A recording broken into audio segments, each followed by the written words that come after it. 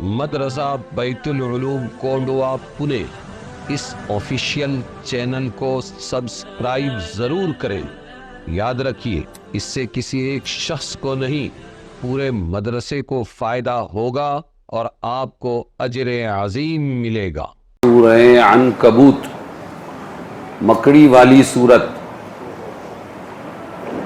یہ مکہ مکرمہ میں نازل ہوئی، 69 آیتیں ہیں، 7 رکوع ہیں۔ اعوذ باللہ من الشیطان الرجیم، بسم اللہ الرحمن الرحیم۔ الف لام میم حسب الناس ان يتركوا ان يقولوا آمنا وهم لا يفتنون وَلَقَدْ فَتَنَّا الَّذِينَ مِن قَبْلِهِمْ فَلَيَعْلَمَنَّ اللَّهُ الَّذِينَ صَدَقُوا وَلَيَعْلَمَنَّ الْكَاذِبِينَ أَمْ حَسِبَ الَّذِينَ يَعْمَلُونَ السَّيِّئَاتِ أَن يَسْبِقُونَا سَاءَ مَا يَحْكُمُونَ۔ الف لام میم، اس کے معنی اللہ ہی کو معلوم ہے، یہ اللہ کا راز ہے۔ کیا یہ سمجھتے ہیں لوگ کہ چھوٹ جائیں گے اتنا کہہ کر کہ ہم یقین لائے، ہم ایمان لائے، ہم یقین لائے، اور ان کو جانچ نہ لیں گے؟ ہم ان کو جانچیں گے نہیں، ایسا نہیں ہوگا، بلکہ ہم ضرور جانچیں گے۔ جو بولتے ہیں مسلمان ہیں، ایمان لائے، تو ان کی پرکھ بھی ہوگی، جانچ بھی ہوگی۔ اور ہم نے جانچا ہے ان کو جو ان سے پہلے تھے، تو البتہ معلوم کرے گا اللہ ان لوگوں کو جو سچے ہیں، البتہ معلوم کرے گا اللہ جھوٹوں کو۔ سچے اور جھوٹے ایمان والے، ان کی پرکھ ہوگی اور اللہ تعالیٰ ان کو الگ الگ جانچے گا، معلوم کرے گا یہ سچے ہیں ایمان میں یا جھوٹے۔ بری بات طے کرتے ہیں۔ اچھا، کیا یہ سمجھتے ہیں جو لوگ کہ کرتے ہیں برائیاں کہ ہم سے بچ جائیں گے، یعنی اللہ سے بچ جائیں گے برائی کرنے والے؟ بری بات طے کرتے ہیں، اللہ سے کبھی بچنے والے نہیں ہیں۔ من کان یرجو لقاء اللہ، جو کوئی توقع رکھتا ہے، امید رکھتا ہے اللہ کی ملاقات کی، تو اللہ کا وعدہ آ رہا ہے۔ فإن أجر الله لآت، اور وہی ہے سننے والا، جاننے والا۔ اور جو کوئی محنت اٹھائے، جاہدہ، مجاہدہ کرے، جہاد کرے، یعنی جو کوئی محنت اٹھائے تو اٹھاتا ہے اپنے ہی واسطے محنت، اللہ کو پرواہ نہیں جہان والوں کی۔ اللہ کو تمہارے جہاد وغیرہ کی کوئی ضرورت نہیں۔ اور جو لوگ یقین لائے اور کیے بھلے کام، ہم اتاریں گے ان پر سے برائیاں اور بدلہ دیں گے ان کو بہتر سے بہتر کاموں کا۔ تو یہ سورت، سورہ عنکبوت میں اللہ تبارک و تعالی، کہ اللہ تبارک و تعالی پرکھیں گے، صرف ایمان بول بچن کا نام نہیں ہے۔ اس سورت میں یہ بتایا گیا ہے کہ یہ کوئی بول بچن کا نام نہیں ہے، جس کو علامہ اقبال نے کہا، علامہ اقبال نے کہا زباں سے کہہ بھی دیا لا الہ تو کیا حاصل، دل و نگاہ مسلمان نہیں تو کچھ بھی نہیں۔ زباں سے کہہ بھی دیا لا الہ، اللہ کے سوا کوئی معبود نہیں ہے۔ ہاں، بیان تو بہت تگڑے ہوتے ہیں نا، میں بھی بیان کروں گا، اور یہاں امت دھوکہ کھاتی ہے، کیا ماشاءاللہ بیان کی، یہ بہت بڑے ایمان والے ہیں۔ نہیں، یہ تو ایک ہتھیار ہے بول بچن، میرا ہتھیار ہے یہ۔ ہاں، ہو سکتا ہے میں نیک نیت ہوں کہ امت کا ایمان بنانا چاہتا ہوں، اور ہو سکتا ہے اس بول بچن کے پیچھے میری بد نیتی ہو کہ میں اپنی دنیا کمانا چاہتا ہوں۔ دونوں باتیں ہیں۔ تو امت کو جو دھوکے ہوئے ہیں معاملات کے، لین دین کے، وہ ظاہری دینداری اور بول بچن کی وجہ سے دھوکے ہوئے ہیں۔ اس لیے کبھی بھی دینی بیان یا دینی لباس اور دینی جغرافیہ دیکھ کر لین دین کا معاملہ نہیں کرنا چاہیے، کرنے والے کی غلطی ہے، سمجھیں؟ اسی لیے ہمارے حضرت عمر بن خطاب رضی اللہ عنہ نے فرمایا تھا، کسی نے گواہی دی بہت اچھا آدمی، تم نے کبھی سفر کیا اس کے ساتھ؟ بولے نہیں۔ کوئی لین دین کا معاملہ کیا؟ بولے نہیں۔ پھر تم کیسے گواہی دے سکتے ہو؟ یہ دو کسوٹی ہے، سونے کو پرکھنے کا پتھر ہوتا ہے، اس کو کسوٹی کہتے ہیں، کھرا ہے کہ کھوٹا۔ ایسے ہی سفر میں آدمی کھلتا ہے، سفر مشقت کا ہوتا ہے، اس کے اندر کے جوہر کھلتے ہیں کہ یہ بوجھ مصیبت ہے ساتھیوں پر یا یہ ہے کہ یہ نبھانے والا ہے اور ایڈجسٹ کرنے والا ہے. اور دوسرے لین دین میں پتہ چلتا ہے بول بچن لین دین کے بہت بھاری ہوں گے, جیسے خصوصی تشکیل کہ اندر دل میں اتر کے اسے تیار کرے کہ جاؤ 4 مہینے اللہ کے واسطے, لیکن جب موقع آئے گا لین دین کا دینے کا, لینے کا بھی دینے کا, تب پتہ چلے گا کہ یہ کتنا دیندار ہے, کتنا اللہ سے ڈرنے والا ہے. بہت بڑے دعوت و تبلیغ کے عالم کا ایک جملہ ہم نے سنا, جب ہم جاتے تھے تو ہم نے سنا, وہ کہتے تھے دین عبادات کی لائن سے آتا ہے اور معاملات کی لائن سے چلا جاتا ہے. دین عبادات کی لائن سے آتا ہے, نماز ہے, روزہ ہے, تلاوت ہے, ذکر ہے, استغفار ہے, عبادات ہے, اس لائن سے دین خوب آتا ہے, یعنی ثواب آتا ہے, لیکن معاملات کی لائن سے چلا جاتا ہے. اور یہ آخر میں یہ سب سے بڑی پکڑ ہوگی, جاؤ فیصلہ ہو گیا, جاؤ جنت میں. ارے روکو روکو, اللہ اس نے گالی دی تھی, اس نے چوری کی تھی, اس نے میرا مال دبایا تھا, اس نے میں بہن تھی میرا حق دبایا تھا, اس نے جھوٹ بولا تھا, اس نے میرا لیا ہوا مال نہیں دیا تھا, اس نے مجھ سے میرے بارے میں بدگمانی کی تھی, اس نے لوگوں میں میرے بارے میں غلط باتیں جلن کے اندر پھیلائی تھی, حالانکہ میں نے کچھ کیا بھی نہیں تھا. اللہ فرمائیں گے اچھا چلو یہ جنتی کی نیکیاں لیتے جاؤ, لائن سے ان کو دیتے جاؤ. وہاں ایک ہی کرنسی ہے, نیکی اور بدی, بس یہی کرنسی. جس دن ایک نیکی مانگتا ہوگا باپ اپنے بیٹے سے, بیٹا اپنے باپ سے, شوہر اپنی بیوی سے, بیوی اپنے شوہر سے, بھائی اپنی بہن سے, اور لوگ بھاگ رہے ہوں گے, ایک نیکی نہیں دے سکتا. آج باپ بیٹا ہونے کا کوئی رشتہ نہیں. یوم یفر المرء من اخیہ وامہ, اس دن یہ ہوگا کہ لے کے اس کے نیکیوں کے انبار سے اس کو دیا جائے گا, اور اس کی بدیاں جب رہ جائے گا, ابھی حساب, ابھی بہت سے لوگ باقی, نیکی ختم, اب اس کی بدی لے کر ان پر ڈالی, ان کی بدی اس پر ڈالی جائے. اللہ ہماری حفاظت فرمائے. یہ آخری سین ہے. مشرک کو بھی جب جہنم میں ڈالے گا اللہ, تو اس کو بھی پوچھے گا کسی کے ذمے کچھ ہے, ہاں یہ مسلمان کے ذمے میرا یہ ہے. اللہ انصاف کا بادشاہ ہے, وہ مشرک کا حق بھی ادا کرے گا, تب اس کو جہنم میں ڈالے گا. تو بہت بڑی بات ہے کہ دین کچھ اور ہے, اور دین کا بیان اور دین کا ظاہر کچھ اور ہے. یہاں دھوکہ کھایا ہے امت نے بہت, اور کھا رہے ہیں اب بھی. سمجھ میں آیا؟ تو اللہ تبارک و تعالی نے اس صورت میں یہ بتایا ہے. کیا یہ سمجھتے ہیں لوگ کہ چھوٹ جائیں گے اتنا کہہ کر کے ہم مسلمان ہیں, ہم لا الہ الا اللہ محمد رسول اللہ پڑھ لیے, وہم لا یفتنون, اور ان کو آزمایا نہیں جائے گا؟ نہیں, ان سے پہلے ایمان کا بولنے والوں کو ہم نے آزمایا ہے. تو اللہ تعالیٰ سچوں کو بھی آزمائے گا, جھوٹوں کو بھی آزمائے گا. آزمائش, فتنہ کا مطلب, یفتنون کا مطلب فتنہ, فتنہ ہے آزمائش. فتنے کو فتنہ اسی لیے کہتے ہیں, اس میں لوگ آزمائے جاتے ہیں. قرآن کہتا ہے انما اموالکم و اولادکم فتنہ, بے شک تمہارے مال اور تمہاری اولاد کیا ہے؟ فتنہ ہے. کیا مطلب ہے فتنہ؟ وہ جو گالی دیتے ہیں تو فتنہ ہے تو ایسا, وہ نہیں. فتنہ سے مراد آزمائش ہے. اولاد کی محبت میں اللہ رسول کو کہیں بھول تو نہیں جاتا ہے, اولاد کی محبت میں کہیں گناہ تو نہیں کرتا ہے.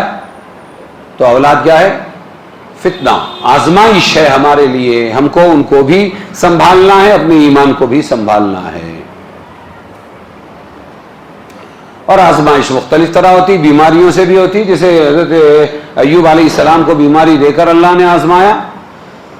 شان نزول اس آیت کا کہ آزمائے جائیں گے, اگرچہ وہ صحابہ ہیں جو ہجرت مدینہ کے وقت کفار کے ہاتھوں ستائے گئے, مگر مراد عام ہے. ہر زمانے کے علماء صلحاء اولیاء امت کو مختلف قسم کی آزمائشوں سے اللہ آزماتا ہے. فَلَيَعْلَمَنَّ اللَّهُ الَّذِينَ صَدَقُوا, اللہ فرماتے سچوں کو بھی اللہ تعالی حالات میں ڈال کر آزمائیں گے, اور جو جھوٹے ہیں ان کو بھی آزمائیں گے. اللہ جان لے گا صادقین کو اور کاذبین کو. اللہ تعالیٰ کو تو ویسے ہر انسان کا سچا یا جھوٹا ہونا ابتدا سے معلوم ہے, پھر کیا مطلب ہے کہ اللہ آزمائے گا؟ ان کی سچائی اور ان کے جھوٹ کو ظاہر کرے گا تاکہ لوگ بھی جان لیں. اللہ کو تو معلوم ہے، لیکن اللہ کیا کرے گا؟ ان کے سچے اور جھوٹا ہونے کو، اس امتیاز کو دوسروں پر بھی ظاہر فرما دے گا تاکہ لوگوں کو بھی معلوم پڑے. آگے کی آیت ہے وَوَصَّيْنَا الْإِنسَانَ، اور ہم نے تاکید کر دی انسان کو اپنے ماں باپ سے بھلائی سے رہنے کی. ہم نے کیا کہا؟ ماں باپ کے ساتھ کیسے رہو؟ بھلائی کے ساتھ رہو. اور اگر وہ تجھ سے زور کریں کہ تو شرک کرے میرا، یعنی اللہ کے ساتھ کسی کو پارٹنر بناؤ، ماں باپ کی محبت اتنی بڑھ گئی کہ نہیں اب تم مسلمان مت رہو، موحد مت رہو، اب تم شرک کرو، اگر یہ زور کرے ما لیس لک بہ علم، تجھ کو جس کی خبر نہیں، تو پھر ان کا کہنا مت مان. شرک میں ماں باپ کا احترام نہیں ہے، پھر اللہ پہلے نمبر پر ہے. ہاں فلا تطعہما، ان کا کہنا مت مان. مجھے تک پھر آنا ہے، تم کو لوٹ کر آنا ہے تو میں بتلا دوں گا تم کو جو کچھ تم کرتے تھے. اور جو لوگ ایمان لائے اور اچھے اعمال کیے ہم ان کو داخل کریں گے نیک لوگوں میں. تو یہ حد بتلا دی کہ ماں باپ کی فرما برداری تو ہے اپنی جگہ، لیکن ایمان چھوڑ کر نہیں. بات سمجھے؟ اس لیے کہ حدیث میں ہے لا طاعت لمخلوق فی معصیت الخالق. امام احمد کی یہ روایت ہے، کیا فرمایا گیا ہے کہ خالق کی، اللہ کی کے گناہ کرنے میں کسی مخلوق کی اطاعت جائز نہیں ہے. اور یہ جب بول رہے ہیں ماں باپ کہ تو واپس اسلام سے پھر جا، تو یہ اللہ کی نافرمانی ہے، یا ماں باپ کی نہیں مانی جائے گی. یہ آیت سعد بن ابی وقاص رضی اللہ عنہ کے بارے میں نازل ہوئی. کون تھے سعد بن ابی وقاص رضی اللہ عنہ؟ ان 10 صحابہ میں تھے جن کو عشرہ مبشرہ، وہ 10 صحابہ جن کو خوشخبری سنا دی گئی دنیا ہی میں جنتی ہونے کی حضور صلی اللہ علیہ وسلم کی زبانی. یہ ان میں سے ایک تھے، اور یہ ماں کے بڑے فرما بردار تھے. ان کی ماں کا نام تھا حمنہ بنت ابی سفیان، ابو سفیان کی بیٹی حمنہ. وہ حمنہ کے بیٹے کون تھے؟ سعد بن ابی وقاص. جب معلوم ہوا یہ مسلمان ہو گئی تو قسم کھائی نہ کھانا کھاؤں گی اور نہ پانی پیوں گی، ایسے ہی بھوکے مر جاؤں گی جب تک کہ تو واپس اپنے باپ دادا کے دین پر اے بیٹے نہیں آ جاتا. اور پھر ساری دنیا دیکھے گی جب میں مر جاؤں گی تو ساری دنیا میں تو بدنام ہو جائے گا، ماں کا قاتل ہے. کتنی بڑی دھمکی! کس کا قاتل ہے؟ یہ ماں کا قاتل ہے. مسلم شریف کی یہ روایت ہے. تو اللہ تعالی نے حضرت سعد کو ماں کی یہ بات ماننے سے روک دیا. وہ آئے حضور صلی اللہ علیہ وسلم کے پاس، اور آنے کے بعد انہوں نے کہا ایسا ایسا ہے. آپ نے فرمایا تجھے اجازت نہیں اسلام سے پھر جانے کی. انہوں نے جا کر کہا ماں تیری محبت اپنی جگہ، لیکن چاہے بھوکی اور پیاسی مر جا میں واپس نہیں آؤں گا، اپنے دین سے نہیں ہٹ سکتا. ماں نے ان کی اس گفتگو سے مایوس ہو کر کھانا کھا لیا. تو یہ ہے کہ اللہ نے فرمایا ماں باپ کی اطاعت کرو، لیکن جب بات آئے ایمان کو داؤ پر لگانے کی اور شرک کرنے کی تو پھر ماں باپ کی بات نہیں مانی جائے گی. آگے دوسری آیت ہے اور ایک وہ لوگ ہیں کہ کہتے ہیں یقین لائے ہم اللہ پر، پھر جب ان کو ایذا پہنچے نہ تکلیف پہنچے اللہ کی راہ میں کرنے لگتے ہیں وہ لوگ لوگوں کے ستانے کو اللہ کے عذاب کے برابر. اور اگر آپ پہنچے مدد تیرے رب کی طرف سے تو کہنے لگتے ہیں کہ ہم تو تمہارے ساتھ ہے. کیا یہ نہیں کہ اللہ خوب خبردار ہے، جو کچھ سینوں میں ہے جہان والوں کے اس کو جانتا ہے. سمجھ میں آیا؟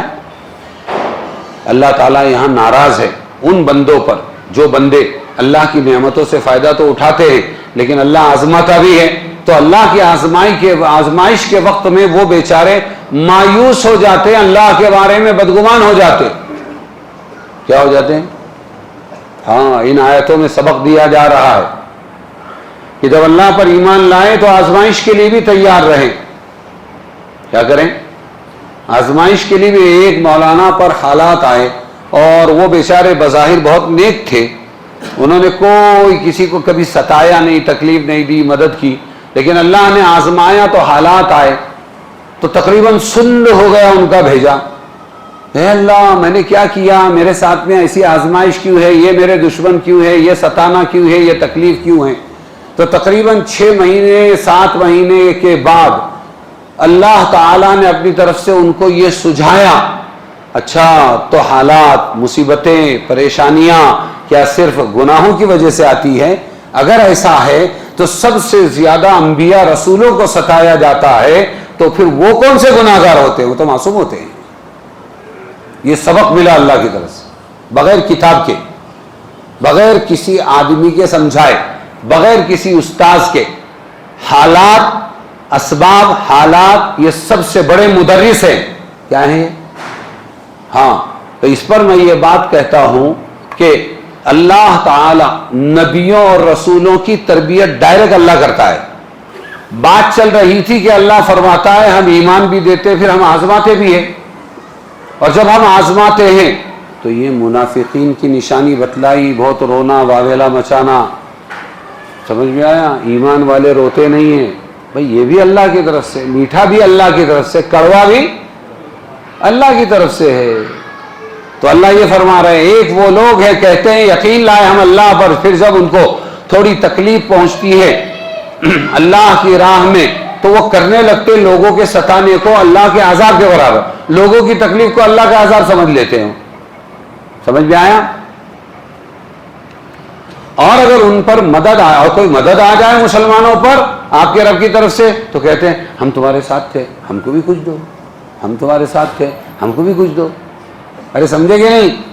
ہاں، اولیس اللہ بعلم بما فی صدور العالمین، کیا یہ نہیں کہ اللہ خوب خبردار ہے جو کچھ سینوں میں ہے، جہان والوں کے اس کو جانتا ہے۔ آگے اللہ اور فرما رہے وَلَيَعْلَمَنَّ اللَّهُ الَّذِينَ آمَنُوا وَلَيَعْلَمَنَّ الْمُنَافِقِينَ، اور البتہ معلوم کرے گا اللہ ان لوگوں کو جو یقین لائے، اور البتہ معلوم کرے گا اللہ جو دغا باز ہے ان کو۔ منافقین کو کیا کہا اللہ نے؟ دغا باز، دغا دے رہے ہیں نا، دھوکہ دے رہے ہیں، اوپر سے مسلمان اندر سے بے ایمان۔ وقال الذین کفروا للذین آمنوا، اب دیکھو کہیں مال سے لالچ دیا جاتا ہے، کہیں مار کا ڈر دکھایا جاتا ہے، اسلام سے پھر جا۔ ایک نئی ترکیب ہے، اللہ یہاں اس کو بیان کر رہے ہیں کہ بے ایمانوں نے کیا کہا، کہنے لگے منکر ایمان والوں کو تم چلو ہماری راہ اور ہم اٹھا لیں گے تمہارے گناہ۔ یہ نئی بات تھی، تم ہماری راہ چلو بے ایمانی کی، کفر کی، شرک کی، اور پھر آگے آخرت میں پکڑو گی وہ ہم دیکھ لیں گے نا، ہم تمہارے گناہ اٹھا لیں گے۔ یہ بول رہے ہیں وما ہم بحاملین من خطایاہم من شیء، اور وہ کچھ نہ اٹھائیں گے ان کے گناہ۔ کس کی مجال ہے؟ شیطان بھی انکار کر دے گا آخرت میں، تو یہ خود بہکے ہیں میرے پیچھے چلے، میں نے ایک بار ترغیب دی تھی ان کو خالی، تو شیطان بھی انکار کر دے گا، کام نہیں آئے گا۔ جتنے دیو بت ہے یہ سب انکار کر دیں گے، تو یہ بیچارے کہاں سے کام آئیں گے؟ اللہ کہہ رہا ہے وہ کچھ نہ اٹھائیں گے ان کے گناہ، بے شک وہ جھوٹے ہیں۔ پھر کیا اٹھائیں گے؟ یہ جتنی دنیا میں بے ایمانی کی باتیں کرتے ہیں، بہکاتے ہیں، یہ بوجھ اٹھائیں گے اور دوسروں کے بھی بوجھ اٹھائیں گے اور جہنم میں جائیں گے۔ وَلَيَحْمِلُنَّ أَثْقَالَهُمْ مَعَ وَأَثْقَالًا مَعَ أَثْقَالِهِمْ، اور البتہ اٹھائیں گے اپنے بوجھ، اور کتنے بوجھ؟ ساتھ اپنے بوجھ کے، اور البتہ ان سے پوچھ ہوگی قیامت کے دن جو باتیں کہ جھوٹ بناتے تھے، اللہ تعالیٰ اس کے بارے میں پوچھے گا ان سے۔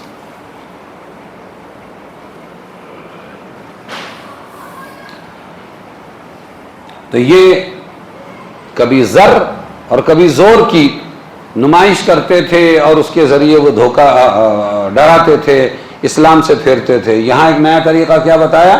ہم تمہارا بوجھ اٹھائیں گے نا، تو اللہ نے بتا دیا کوئی وہاں کسی کا بوجھ نہیں اٹھا سکتا۔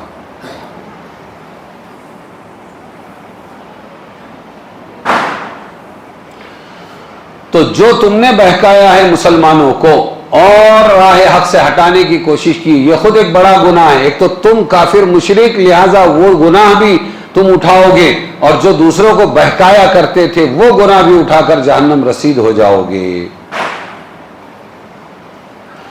گناہ کی دعوت دینے والا بھی گناہ گار ہے، گناہ کرنے والے کو جو عذاب ہوگا وہی اس کو بھی ہوگا۔ کل میں نے حدیث بیان کی تھی، ایصال عذاب کا لفظ میرے منہ سے نکلا تھا، تو وہ حدیث سن لو ابھی جو میں نے سنایا تھا ایصال عذاب والی۔ ایک تو ایصال ثواب ہے، تو میں نے کہا تھا جس حدیث سے ایصال ثواب ثابت ہوتا ہے اسی حدیث سے ایصال عذاب بھی ثابت ہوتا ہے، اور وہ حدیث یہ ہے۔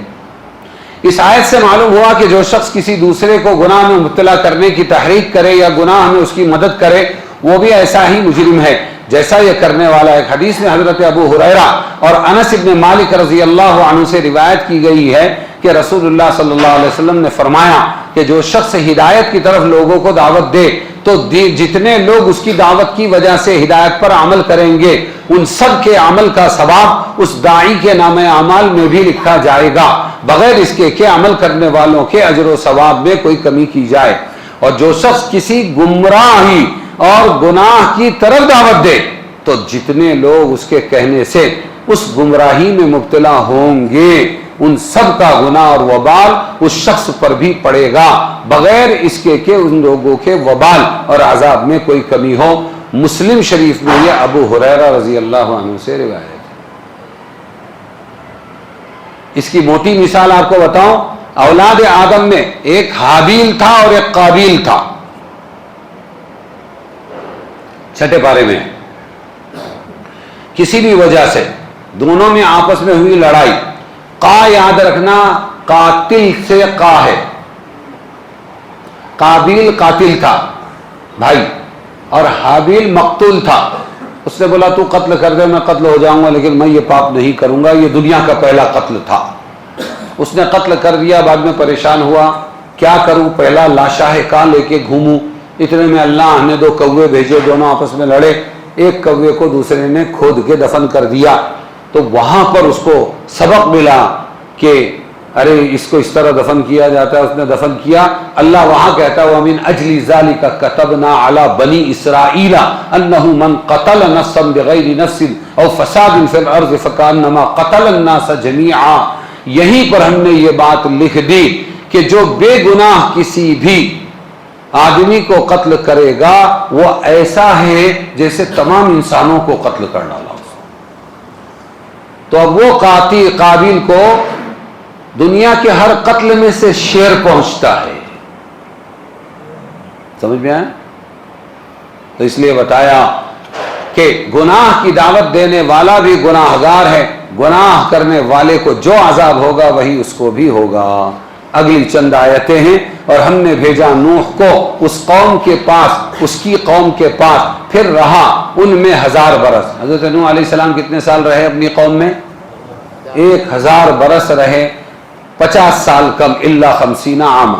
پھر پکڑا ان کو طوفان نے اور وہ گناہ گار تھے، پھر بچا دیا ہم نے نوح علیہ السلام کو اور کشتی والوں کو، اور رکھا ہم نے جہاز کو نشانی جہان والوں کے واسطے۔ شاید ترکی میں ہے، جودی پہاڑ پر۔ اور ابراہیم کو بھیجا ہم نے، جب کہا ابراہیم علیہ السلام نے اپنی قوم کو بندگی کرو اللہ کی اور ڈرتے رہو اس سے، یہ بہتر ہے تمہارے حق میں اگر تم سمجھ رکھتے ہو۔ تم پوجتے ہو اللہ کے سوائے یہی بتوں کو تم پوجتے ہو اور بناتے ہو جھوٹی باتیں، بے شک جن کو تم پوجتے ہو اللہ کے سوائے وہ مالک نہیں تمہاری روزی کے، تو تم ڈھونڈو اللہ کے یہاں روزی اور اس کی بندگی کرو اور اس کا حق مانو اور اسی کی طرف پھر تم پھیرے جاؤ گے۔ وَإِن تُكَذِّبُوا، اور اگر تم جھٹلاؤ گے تو جھٹلا چکے ہیں بہت فرقے تم سے پہلے، اور رسول کا ذمہ تو بس یہی ہے پیغام پہنچا دینا کھول کر، یعنی اچھی طرح پیغام پہنچا دینا۔ گزشتہ آیات میں کفار کی مخالفت اور ان کی ایذاؤں کا، تکلیفوں کا بیان تھا جو مسلمانوں کو کفار سے پہنچتی تھی۔ ان آیات میں اس طرح کے واقعات بیان کیے ہیں نوح علیہ السلام کے، ابراہیم علیہ السلام کے، کہ رسول اللہ صلی اللہ علیہ وسلم کو تسلی ہو جائے۔ کس کو تسلی ہو جائے؟ کہ تم سے پہلے جو نبی آئے اور تم سے پہلے جو رسول آئے اور ان کی امتوں کے کچھ حالات کا بیان یہاں کیا گیا تاکہ حضور صلی اللہ علیہ وسلم کو یہ سبق ملے کہ انہوں نے کبھی ہمت ہزاروں سال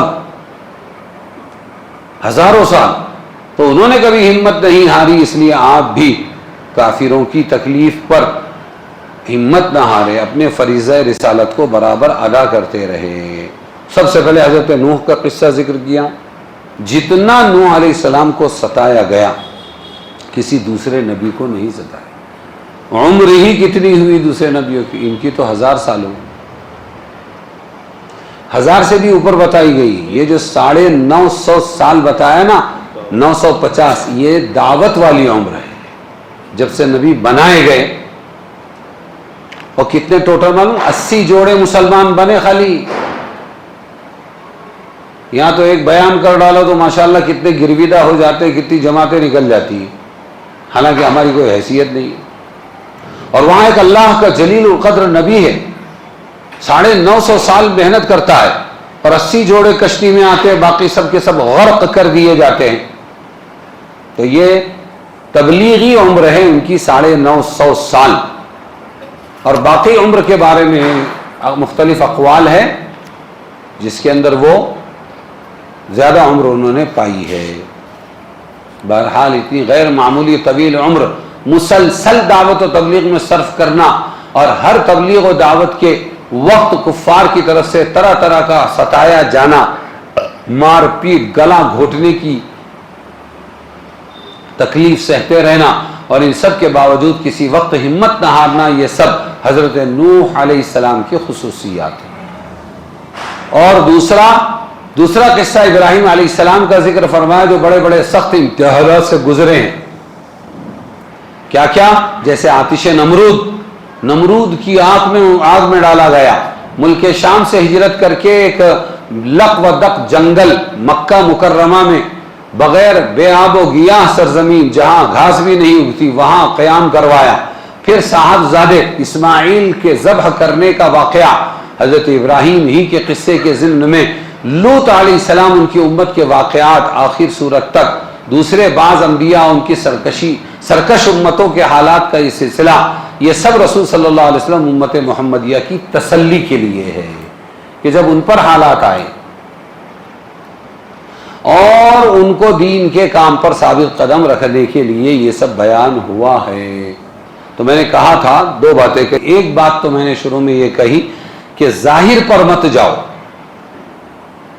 بالکل ابتدا میں امپریس ہو جانا اور ظاہر کو باطن کی حقیقت سمجھ لینا اور اس پر پھر معاملات کر کے سودے لگانا، یہ غلط بات ہے۔ ہاں، ظاہر کو دیکھ کر اچھی بات لے لو، لے کر دین سے جڑ جاؤ، ان سے مت جڑو۔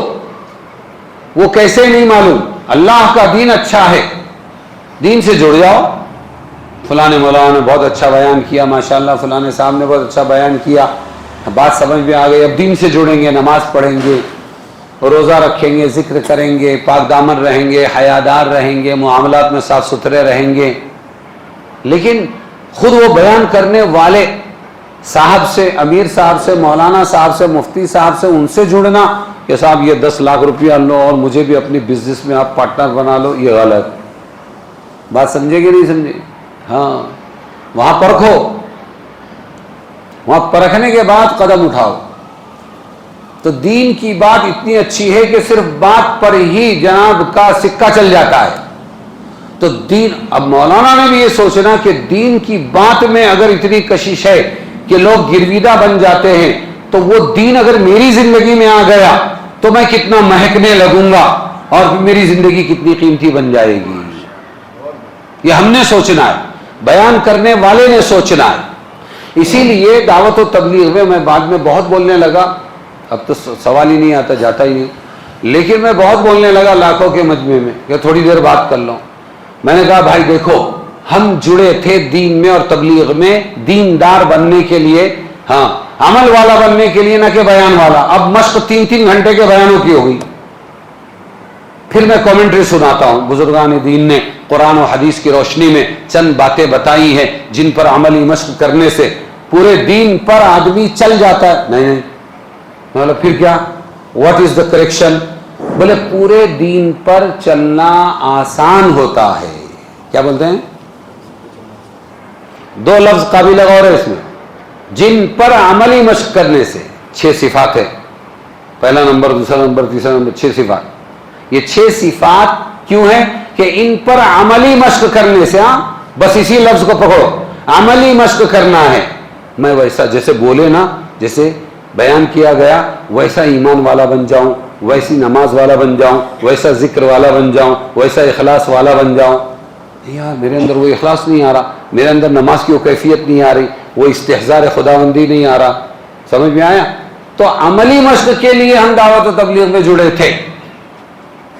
اور کون سی مشق شروع ہو گئی؟ بول بچن بادشاہ، کیا بیان کیے ماشاء اللہ. پونا سے آئے تھے، میں بھی ایسا بیان کرنے والا بنوں گا. تو ہوا، ہم سے بڑے کیا بات ہے، بولے وہ بہت اچھا بیان کرتا ہے. ہم ان کو بیان کو لگاتے ہیں، پورا مجمع سنتا ہے صوبے کا. پھر ذرا بیان نوٹ کرو. ہم نے نوٹ کیا، انہوں نے پریکٹس کرنے کی کوشش کی، لیکن نقل کو بھی 10 من عقل لگتی ہے، وہ سکسیس نہیں ہوئے. ارے سمجھے کہ نہیں؟ تو بیانوں کی مشق نہیں کرنا ہے، اصل مشق کائے کی کرنا ہے؟ عمل کی. ایک پوائنٹ تو یہ ملا. تو بہترین بیان کرنے والا بہترین عامل بھی ہے، یہ کوئی گارنٹی نہیں ہے. پرکھو اس کو، اس کے بعد داؤ لگاؤ. ورنہ میں نے کہا کوئی بات نہیں ہے، دین کی بات لے لو اور اپنے اندر لانے کی کوشش کرو. ارے ایک بات سمجھ میں آئی کہ نہیں ہے؟ دھوکہ نہ کھاؤ.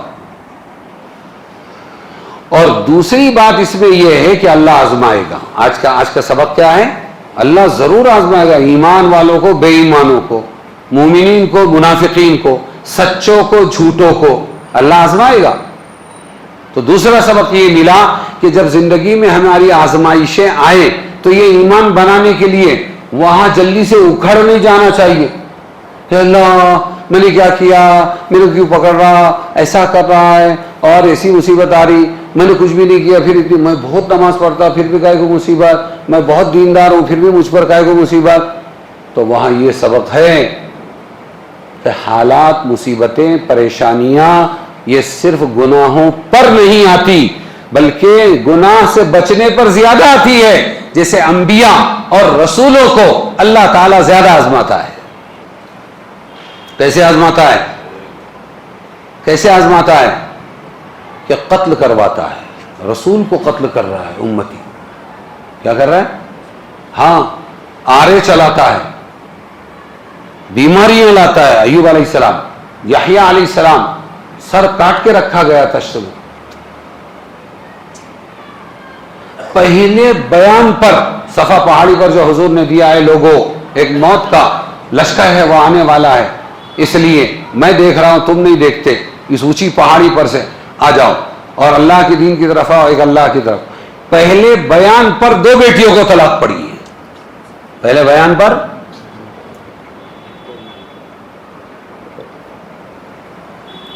ابو لہب نے کہا تمہیں تیرا ناس ہو، نعوذ باللہ. حضور کو کیا کہا؟ اس کے لیے الہذا جماعتنا تبا لک یا محمد، اے محمد تیرا ناس ہو، نعوذ باللہ. کیا اس کے لیے جمع کیا تھا ہم کو؟ ایک اللہ کی بات کرنے کے لیے. اس پر اللہ تعالیٰ نے لوٹایا قیامت تک. تو کیا بولتا ہے؟ ناس، تبت یدا ابی لہب، تیرا ناس قیامت تک ہوتا رہے گا. تو کیا کیا تھا؟ وہ سمدھی تھا حضور کا، 2 بیٹیاں حضور کی اس کے بیٹوں کے نکاح میں تھی. اس نے جا کے فوراً کہا طلاق دو.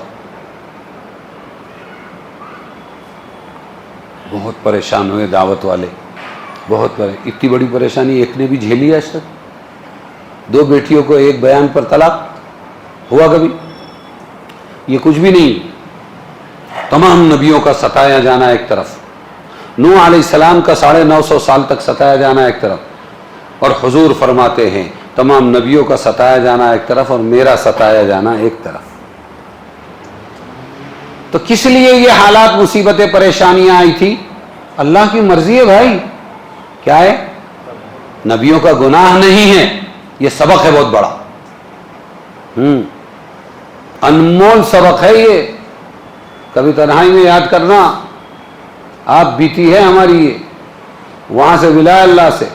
اس لیے آج موقع آیا تو بتا دیا. اللہ ناراض ہے اس پر کہ جب میں ایمان والوں کو آزماتا ہوں جو بولتے ہیں ہم ایمان لائے تو کیا کرتے ہیں وہ لوگ کہ وہ لوگ شکایت کرتے ہیں لوگوں کے ستائے جانے کو کا عذاب اللہ کے عذاب کے برابر سمجھ بیٹھتے ہیں. نہیں، اے اللہ میٹھا بھی تیری طرف سے تھا اور کڑوا بھی تیری طرف سے ہے، اور مسلمان کی تو چت بھی اپنی ہے اور پٹ بھی اپنی ہے. نعمتوں میں شکر کر جنت پائے گا اور مصیبتوں میں صبر کر جنت پائے گا. یہ بہت بڑا سبق ہے. اللہ تعالی ہم کو عمل کی توفیق عطا فرمائے. تو مولانا نے اسٹوڈنٹ کی جماعت لے کے چلے، بولے میں اسٹی بیٹھا، ان کو بٹھایا سب کو اور چلا. وہ شارٹ میں بول رہا ہوں کیا ہوا واقعہ. تو بولے وہ میرے ساتھ میں کنڈکٹر ذرا الجھا، تو اسٹوڈنٹ کو بہت برا لگا. میں نے ہو آگے آیا اسٹینڈ، پتہ نہیں وہ گھوڑ ندی تھا کہ کون سا تھا، وہ اسٹینڈ آیا وہاں، بس وہاں پر اترے سب. اب میں بولا آ رہے کیوں نہیں، کنڈکٹر بھی نہیں ہے، ہمارے والے بھی نہیں ہیں، اسٹوڈنٹ کی جماعت کے 4-5 ساتھی وہ لوگ بھی نہیں ہیں. ارے کہاں گئی؟ میں اترا دیکھنے کے واسطے گیا تو وہ جو مینیجر رہتا نا ان کا، دھو دھا کے اس کو لڑائی کر کے یہ اسٹوڈنٹ نے بے ہوش ہو گیا تھا، وہ اس کو ایسا ڈالے کرسی پہ اور جلدی سے اسے ٹوپی بھی اس کے منہ پہ ڈالے اور بھاگ کے آئے. پھر اس کے بعد ایک دوسری جماعت کا بتاتے تھے کہ اسٹوڈنٹ کی جماعت لے کے چلے ایک صاحب، اور پھر اس کے بعد ایک مسجد میں گئے. وہ مسجد میں پرانا کنواں تھا یا حوض تھا، اس میں گال بہت تھی اندر. جیسے امیر صاحب سو گئے فوراً یہ 5 لوگ گئے اور مارے سر، 4 واپس ایک اندر. اب پریشان اور مجبوری میں اٹھا، او امیر صاحب کیا ہے؟ ارے ایسا ہوا. امیر صاحب اللہ والا بھولا بھلا آدمی تھا، بچھایا مصلی، چلو تم لوگ، بولے تم لوگ گھسو. وہ گھسے، اپنا نکالنے کی کوشش کرتے رہے. یہ اے اللہ یہاں اس کو پھر اس کے بعد کیا ہوا، نکال کے لائے. بے ہوش ہو گیا تھا کہ مر گیا تھا پتہ نہیں. تو لے کے آئے کیسا ایسا، تو ایسا رکھا سامنے لاش کی طرح.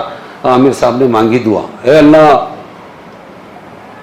یہاں زندہ کر دے، گھر پہ جا کے مار دے، نہیں تو جماعت کی نسبت بدنام ہو جائے گی کہ لوگ بولیں گے لے آتے اور مارتے.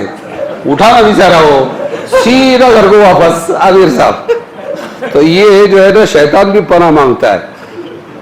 اور یہی بچے اگر بن جائے، ایک بھی بچہ بن گیا، مولانا چنتے تھے اور سنیچر کے دن مرکز کے دن مست دالچا کھانا بنواتے تھے. اور اے خلیل ادھر، یہ کون؟ آج ڈاکٹر خلیل ہے، کدھر؟ شولہ پور. اے اسماعیل چل ذرا، MBBS ڈاکٹر اسماعیل ڈون. چن کے لیتے تھے اسٹوڈنٹ کو اور ان کو پیار کرتے تھے، ان کو نزدیک رکھتے تھے، کبھی سفر میں ساتھ لیتے، کبھی کھلاتے تھے. اور دوسرے پھکٹ کے چودھری، وہ مولانا لوگ میرے کو بولتے ہیں کہ یہ کھانے کا لوڈ بہت پڑ رہا ہمارے حلقے کے اوپر. کیوں؟ بولے اسٹوڈنٹ کو پھکٹ کھانا کھلاتے ہیں. مولانا بولے چپ بیٹھ. مولانا اپنی جیب سے دیتے تھے کہ کھلاؤ، یہ یہاں بنیں گے. اسٹوڈنٹ ہے نا. اور مولانا یونس صاحب بولتے تھے کہ دیکھو جو کتاب ہم پڑھتے ہیں نا، مصنف کے نظریات اس میں ضرور آتے ہیں. یہود و نصارہ کا سلیبس پڑھنے والے یہود و نصارہ کے نظریات سے متاثر ہوں گے، قرآن پڑھنے والے قرآن سے متاثر ہوں گے. اس لیے ان کو ذرا دین کی لائن پہ لاؤ، انشاءاللہ بہت کام کریں گے. تو ایک اسٹوڈنٹ نے جا کے ملکوں کو سنبھال لیا. اللہ تعالیٰ نے آپ لوگوں کو نکالا ہے، اللہ تعالیٰ آپ کو اچھا بنایا. آمین. اے اللہ ہمارے گناہوں کو معاف فرما، ہماری خطاؤں سے درگزر فرما، قدم قدم پر نصرت فرما، مدد فرما. اپنا فضل، اپنی تائید شامل حال فرما. نفس و شیطان کے مکر سے حفاظت فرما. اے اللہ ان جماعتوں کی بہترین تربیت فرما، ان سے دین پھیلا. ہم سب کو اے اللہ قبول فرما. اے اللہ ہم سب کو اچھا بنانے کے فیصلے فرما، ہماری دعاؤں کو قبول فرما. وصلی اللہ تعالی علی خیر خلق.